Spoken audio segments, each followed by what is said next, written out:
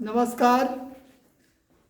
हम लोग पिछले क्लास में पढ़े थे निर्देशांक ज्यामिति में दो बिंदुओं के बीच की दूरी निकालना। आगे आज हम लोग को पढ़ना है, जैसे दो बिंदु दिया गया होगा, उसमें कोई एक बिंदु ऐसा होगा जो उन दोनों को किसी अनुपात में विभाजित करता होगा। जैसे ए बी है, यहाँ पर कोई बिंदु मान लीजिए हम पी ले लिए, इधर कोई अनुपात मान लीजिए m1 है, इधर m2 है, ये अनुपात में विभाजित कर रहा है। तो जो ये बिंदु है आपको जो इन दोनों को अलग अलग अनुपात में विभाजित कर रहा है, उसका निर्देशांक क्या होगा, यही ज्ञात करने के लिए आज हम लोग सूत्र उसका जानेंगे कैसे ज्ञात करते हैं। देख लीजिए यहाँ पर एक फिगर बना हुआ है, ए और बी दो बिंदु हैं, इनमें एक बिंदु पी है जो इनको किसी अनुपात में विभाजित कर रहा है। तो मान लीजिए m1 और m2 अनुपात में विभाजित कर रहा है। जो p बिंदु है उसका निर्देशांक माना गया है xy, और जो a है उसका निर्देशांक है x1 y1, और b का माना गया है x2 y2।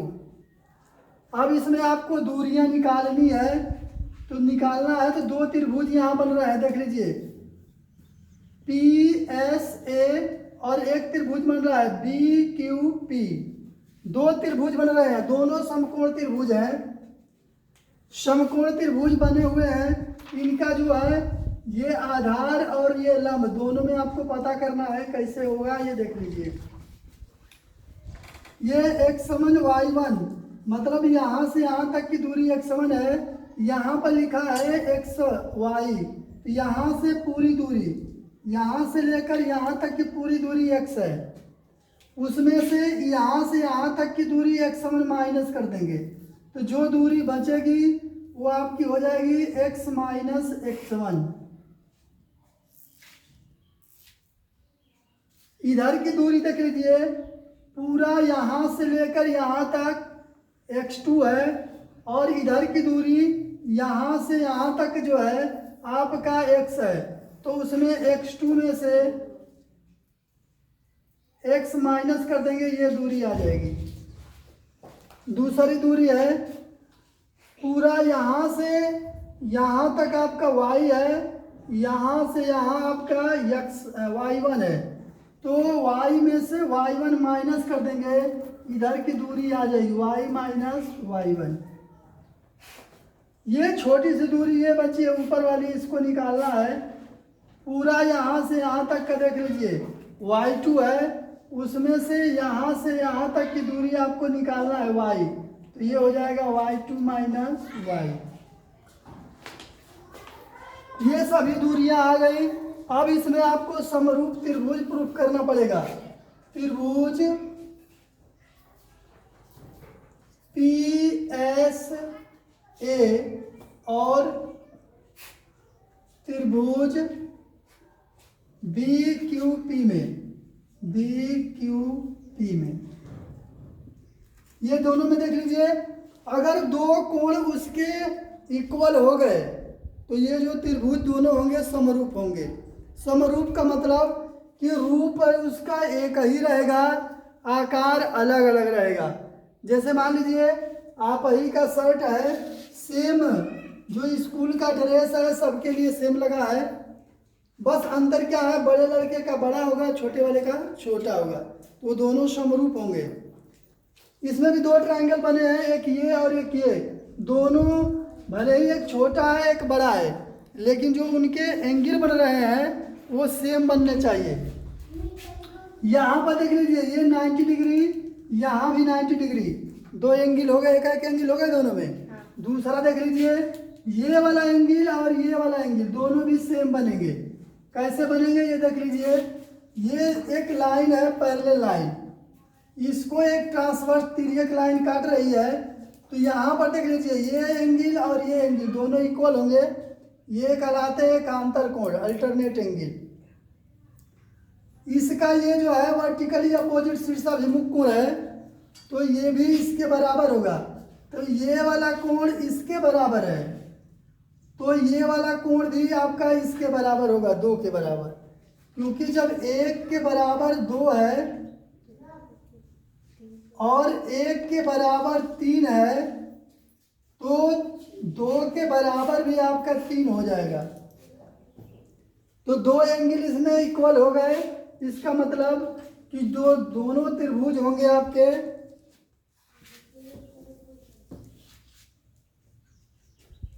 इसमें दिखाएंगे कोण PSA इक्वल टू कोण BQP ये 90 डिग्री के हैं। क्योंकि ये सीधी लाइन का ये लंब खींचा गया है यहाँ से, ये भी लंब खींचा गया है, ये इसके पैरेलल लाइन खींची गई है, यहाँ पर 90 डिग्री एंगल बन रहा है। दूसरा देख लीजिए एंगल QB, यहाँ से देख लीजिए SPA बराबर हो जाएगा QBP के। ये जब दोनों बराबर हो गए तो ये दोनों त्रिभुज आपके समरूप होंगे। जब समरूप त्रिभुज होंगे तो उसमें एक कंडीशन बनती है कि उनकी भुजाओं का अनुपात बराबर होगा, उनके परिमापों का अनुपात बराबर होगा और उनके क्षेत्रफल का स्क्वायर रूट यानी वर्गमूल लेने पर जो आएगा उसके भी अनुपात के बराबर होता है। यहाँ पर आप दिखा दीजिए बराबर उनको। ध्यान ये देना है कि अगर पहले में हम बड़े वाले ट्रायंगल का साइड ले रहे हैं तो हर जगह बड़े वाले ट्रायंगल को पहले लिखना है, छोटे वाले को बाद में। अगर छोटे वाले को पहले लिखेंगे तो हमेशा छोटे वाले को पहले ही लिखेंगे। यहाँ पर दिखा देंगे समरूप त्रिभुज। ये देख लीजिए, ये बराबर अभी मैं बराबर करके दिखाया था कि ये क्यों बराबर है। वो संगत कोण है दोनों, इसलिए बराबर है। क्योंकि यहाँ रीजन लिखना पड़ता है कि क्यों बराबर है। तो यहाँ तो दोनों 90 डिग्री के हैं, यहाँ अभी हम दिखा देंगे वो संगत कोण है, इसलिए वो बराबर थे। यहाँ पर आपको दिखा देना है कि त्रिभुज PSA और त्रिभुज BQP समरूप है। तो जब समरूप होंगे तो उनकी भुजाओं का अनुपात बराबर होगा। तो बराबर आप कर दीजिए एक ही बार। अभी देख लीजिए बड़े वाले त्रिभुज में ये भुजा AS बटा ये अनुपात ले लेंगे PQ बराबर होगा। अब इसका ये वाली साइड लेंगे बड़े वाले का PS अपान हो जाएगा, इसका ये वाली साइड लेंगे BQ बराबर होगा। अब इनकी ये वाली साइड ले लो PA या AP, इधर हो जाएगा PB। ये अनुपात उनका बराबर होगा।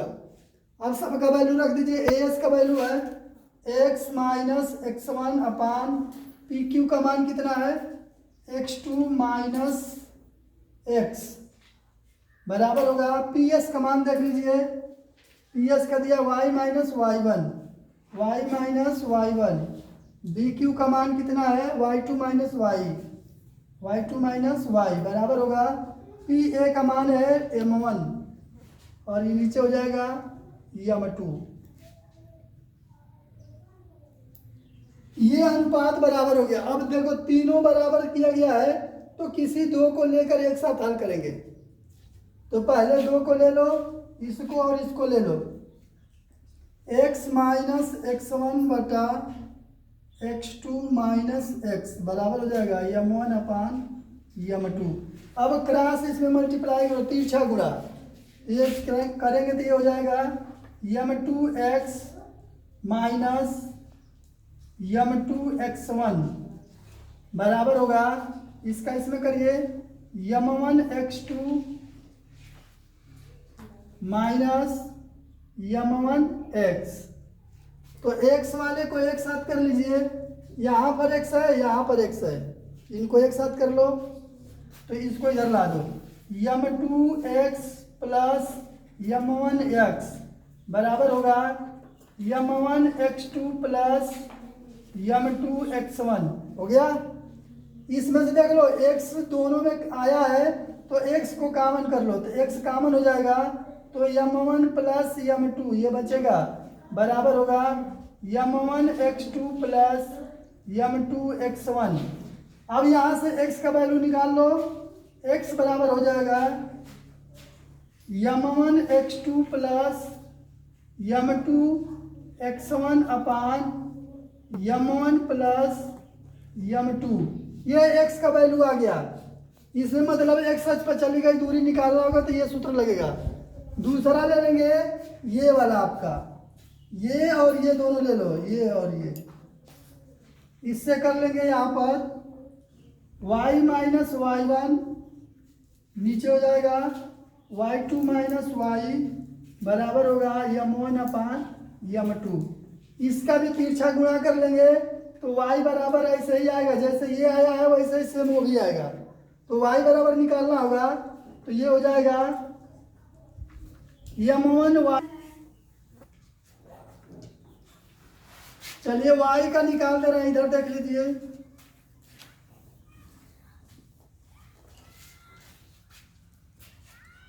यहां से ले लेंगे y minus y1 upon y2 minus y equal to m1 upon m2। इसका भी तिरछा गुणा कर लीजिए, m2y माइनस m2y1 बराबर होगा m1y2 माइनस m1y। इसमें भी y वाले को एक साथ कर लीजिए, m2y प्लस m1y बराबर होगा m1y2 प्लस m2y1। इसमें से y कॉमन कर लो, m1 प्लस m2 बराबर होगा m1y2 प्लस m2y1। तो y बराबर हो जाएगा m1y2 प्लस m2y1 अपान m1 प्लस m2। ये y बराबर आ गया।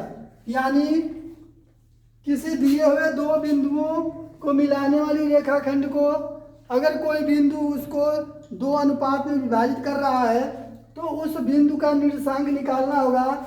तो अगर P बिंदु का हमको निर्देशांक निकालना है,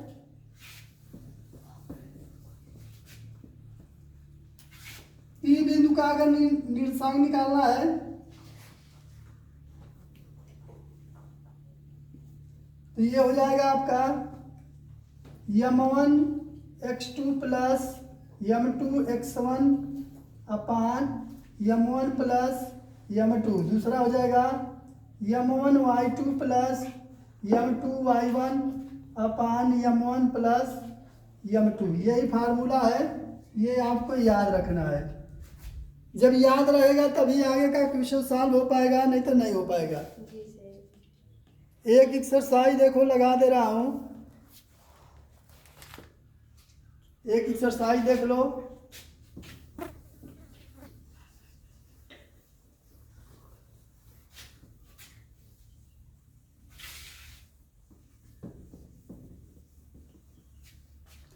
इसमें एक क्वेश्चन है कि उस बिंदु के निर्देशांक ज्ञात कीजिए जो बिंदुओं 2 माइनस 3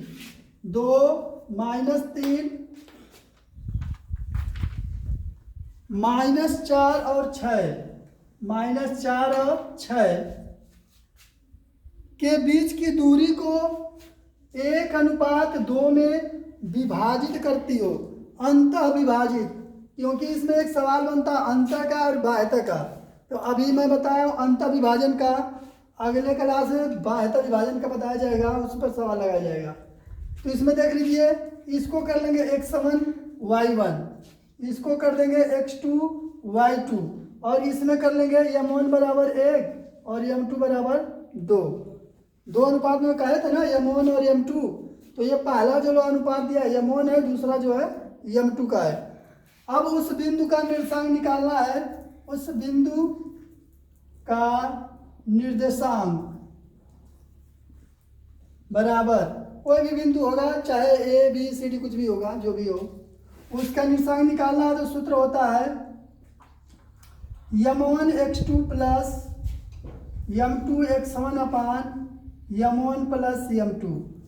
दूसरा है इसका m1 y2 plus m2 y1 अपान m1 प्लस m2।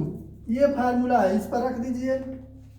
अगर x बराबर मतलब पहला निशान निकालना होगा, जो भुज होता है उसको निकालना होगा तो x बराबर, तो x बराबर ये सूत्र लगेगा m1 x2 plus m2 x1 अपान m1 प्लस m2। अलग अलग निकाल लीजिए और साफ साफ दिखेगा। m1 का मान रख दीजिए, m1 का मान है 1, x2 का मान है -4 प्लस m2 का मान है 2 और x1 का मान है 2। नीचे हो जाएगा आपका 1 प्लस 2। इसको कर लीजिए -4 प्लस 4। नीचे हो जाएगा आपका 3। ये ऊपर 0 हो जाएगा, नीचे 3 हो जाएगा, इसका भी हो जाएगा 0। चेक कर लीजिए, एक बार देख लीजिए। m1 1 और x2 है -4, m2 का मान है 2 और x1 का मान है 2। ठीक है, 0 आ गया। अब y बराबर निकाल लीजिए, m1 y2 plus m2 y1 अपान m1 प्लस m2। m1 का मान है 1, y2 का मान है 6 प्लस m2 का मान 2 और y1 का मान है -3। नीचे हो जाएगा 1 प्लस 2। ये हो जाएगा आपका 6 -6, नीचे हो जाएगा आपका 3। ये भी हो जाएगा 0/3, यानी हो जाएगा 0। यानी उस बिंदु का निर्देशांक जो होगा 0 0 होगा। जो एक्स वाई हम माने हैं उस बिंदु का निर्देशांक एक्स वाई बराबर हो जाएगा 0 0। ये आपका इस तरीके से ये सवाल सॉल्व होता है। बस इसमें बाह्यता विभाजन में यहाँ पर माइनस हो जाता है, यहाँ भी माइनस, यहाँ भी माइनस, अंत में यहाँ प्लस रहेगा, बाह्यता में यहाँ पर माइनस हो जाएगा। वो भी बता दें कैसे आता है, ये देख लीजिए। इस पर सवाल लगाइएगा, जो दिक्कत होगी फिर अगले क्लास में आपको बता देंगे।